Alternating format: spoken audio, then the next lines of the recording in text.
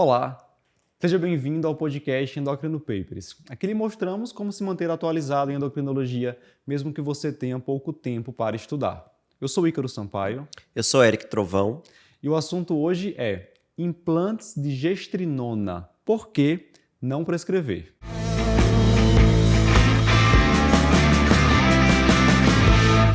Eric, os implantes hormonais têm se popularizado muito aqui no Brasil, particularmente aqueles contendo esteroides sexuais ou derivados dos esteroides sexuais. E a gente vai dar um destaque para os implantes de gestrinona, que ficaram até conhecidos como chips da beleza. E aí surgem alguns questionamentos diante dessa popularização desses implantes. O primeiro questionamento é: a gestrinona é segura? E o segundo questionamento: como nós endocrinologistas devemos nos posicionar diante dessa prática? É isso que a gente vai discutir agora, ao longo desse podcast. Certo. Vamos começar trabalhando, discutindo conceitos básicos. Primeira coisa, o que é a gestrinona? Bem, Ícaro, é um tema importante, muito falado ultimamente, então não tem como a gente fugir desse assunto e não trazer aqui a nossa visão como endocrinologistas da gestrinona. E o que é a gestrinona? Ela é um derivado de uma substância chamada 19-nortestosterona, então esse nomezinho aí com testosterona já está indicando para onde vai, né? Obviamente vai ser uma substância que vai ter efeito androgênico, certo? Mas, além desse efeito androgênico, ela vai ter também efeito em outros esteroides sexuais. Em relação à progesterona, é antiprogestogênica. Em relação ao estrógeno, é antiestrogênica. E em relação às gonadotrofinas, é antigonadotrófica, ou seja, reduz a secreção de LH e FSH pela hipófise. Não à toa, devido a esses efeitos antiprogestogênico, antigonadotrófico, foi uma medicação inicialmente pensada para o tratamento da endometriose. Então ela surgiu com basicamente com esse objetivo, né? Tratar endometriose. E existem estudos com a gestrinona por via oral, certo? Oral para endometriose. Não tem estudo por via pelo implante, né, para tratamento de endometriose. É por via oral. Geralmente, os estudos trabalharam com uma dose de 2,5 miligramas por via oral. Né? Foram estudos que compararam, geralmente, a gestrinona com outras drogas também para o tratamento da endometriose. E na maioria desses estudos, geralmente o que se vê é que o grupo da gestrinona tinha maiores efeitos adversos associados principalmente ao efeito androgênico dessa substância, da gestrinona. Tá? E foi por essa história aí da endometriose quando a gestrinona conseguiu ser aprovada pela Anvisa aqui no Brasil, anos 90, mas esse registro, inclusive, venceu e posteriormente foi cancelado pela Anvisa, né? Então a gente teve um registro já dela por via oral para endometriose e até dessa forma esse registro venceu e foi cancelado. Foi cancelado, até porque a gestrinona nunca decolou, nunca vingou realmente para o tratamento da endometriose. Né? Outros tratamentos, eles são considerados primeira linha, e a gestrinona sempre ficou ali no finalzinho. Então, assim, por não ter uma eficácia melhor do que os outros tratamentos e por ter provavelmente mais efeito adverso, inclusive que foi mostrado nesses estudos por via oral, é uma droga que acabou ficando obsoleta e que não fazia sentido continuar sendo aprovada pela Anvisa. Tanto que a Anvisa tirou. Hoje em dia, a droga não é mais aprovada pela Anvisa. Perfeito.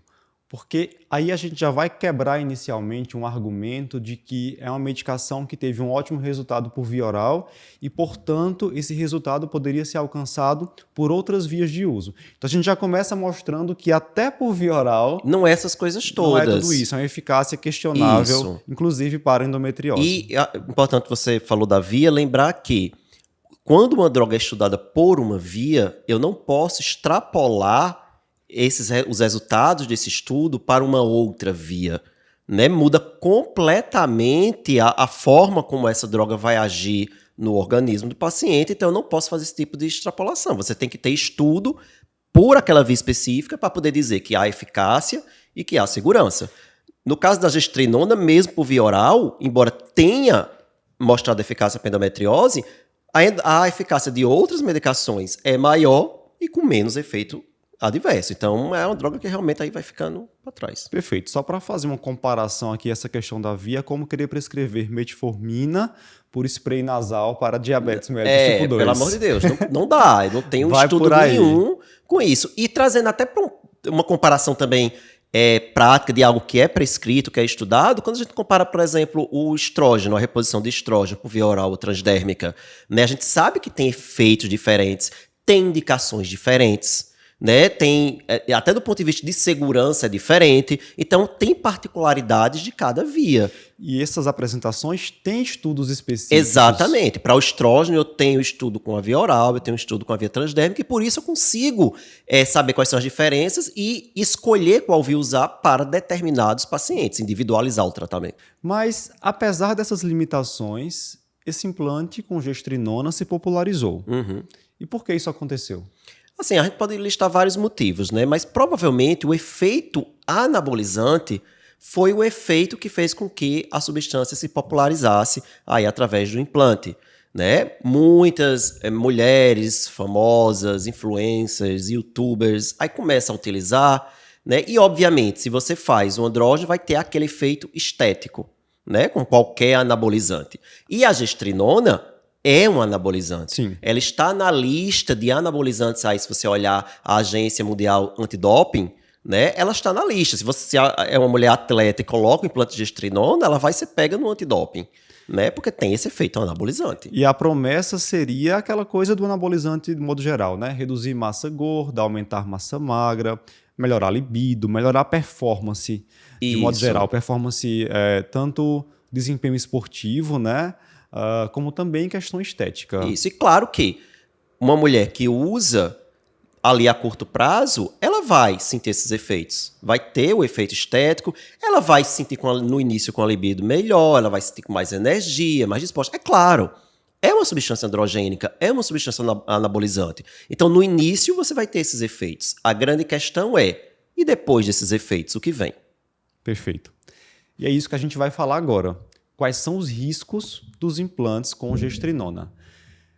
É complicado falar disso, Eric, porque assim, a gente está falando aqui de um agente que nem estudo suficiente para falar nem sobre eficácia, nem sobre os riscos nós temos. Exatamente. Ou seja, alguém inventou, alguém teve essa ideia de utilizar implante de gestrinona sem sequer conhecer o risco do uso desse hormônio.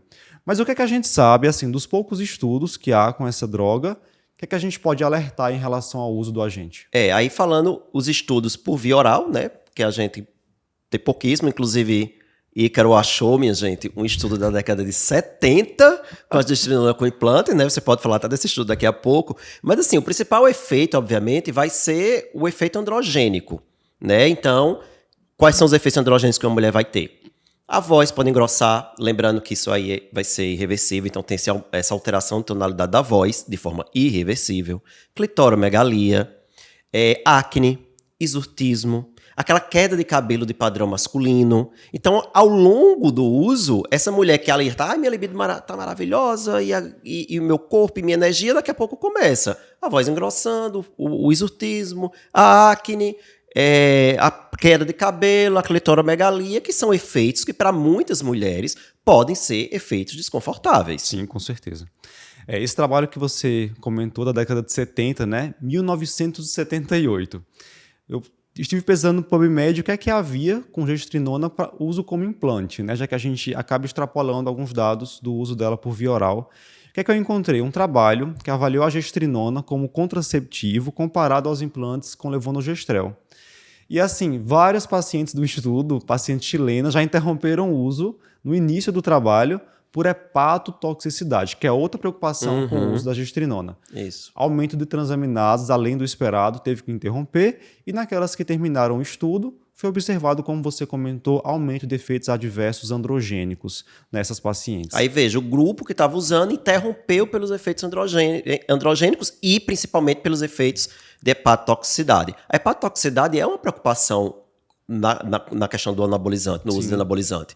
E aí tem um relato por esta via, pela via de implante, que mostrou esse aumento de hepatotoxicidade. Então é algo que tem que se preocupar com essas mulheres que estão fazendo esse uso.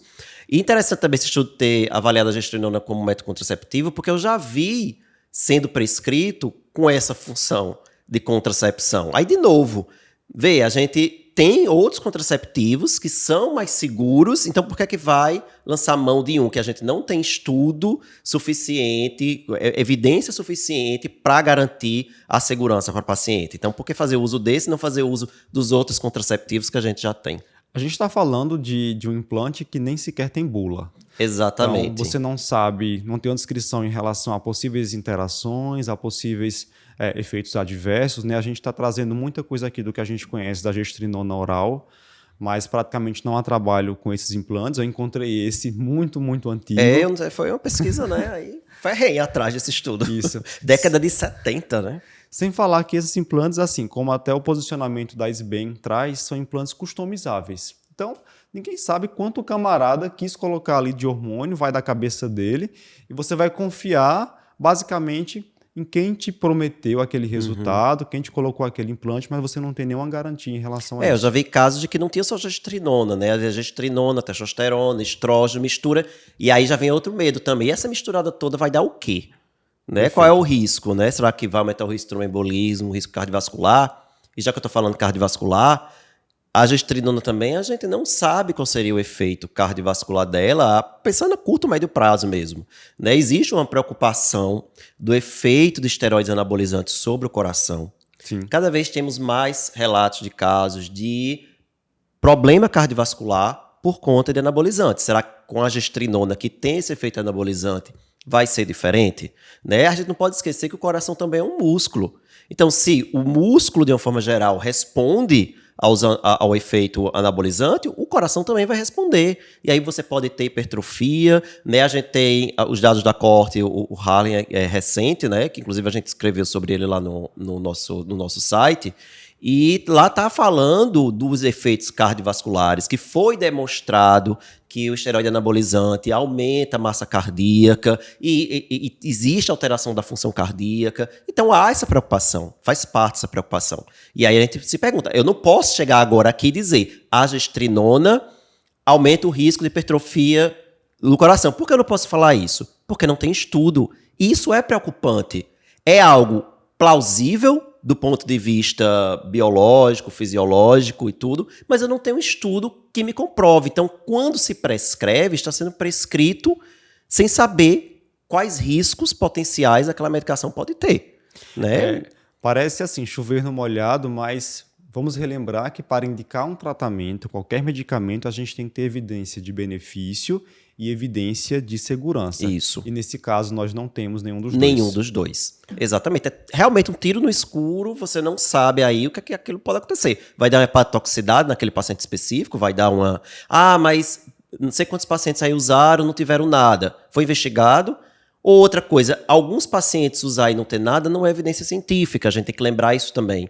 A gente precisa de estudo, a gente precisa de estudo randomizado, bem desenhado, comparando com placebo, para a gente ter certeza da eficácia e principalmente da segurança. Excelente, Eric.